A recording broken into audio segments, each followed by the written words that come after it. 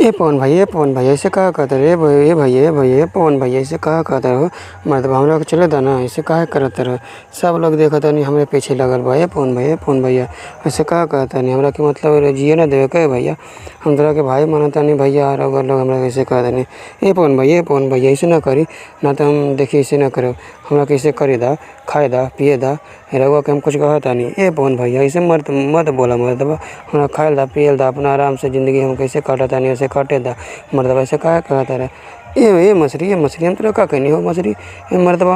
हमरा कैसे बोला तड़ा ए मछली ए खेसारी काहे से बोला तड़ा हो हम तोरा का कहनी तू ही बतावा हम तोरा का बोला तनी है तू खा मर्दबा तू खा हम खा दोनों मिलकर साथे खाए ना ऐसे बोले तरह लग जैसे दिल में दर्द हम होता है मछली ऐसे में मत बोला हो हम तू खा हम खा सब